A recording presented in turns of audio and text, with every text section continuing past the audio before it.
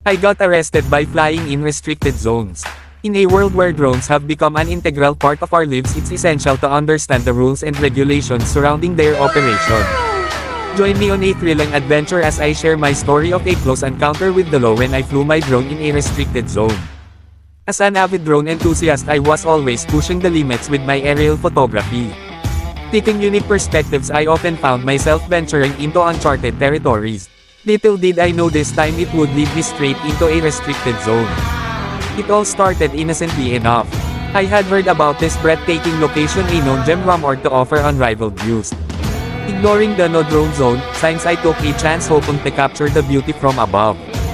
As my drone soared through the sky capturing the incredible landscape, I couldn't help but feel the adrenaline rush.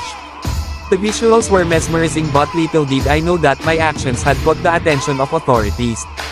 Suddenly the peaceful tranquility was shattered by the blaring sound of sirens. Panic set in as I realized the severity of the situation. I was about to face the consequences of my actions.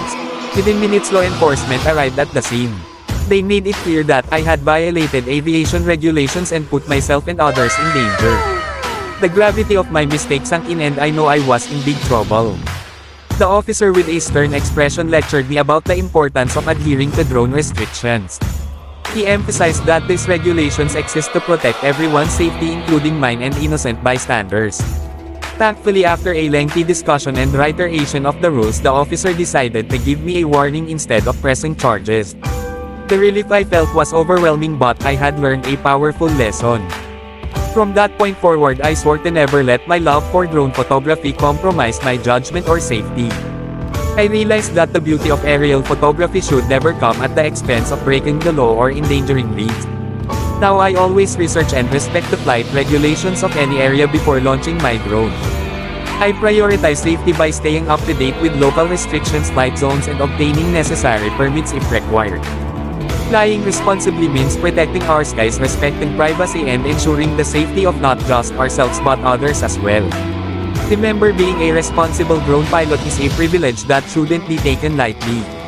So fellow drone enthusiasts, let's fly within the boundaries of the law, capture breathtaking visuals, and pave the way for a future where drones can coexist harmoniously with society. Fly responsibly, respect the rules, and let's make sure our passion for aerial photography continues to soar.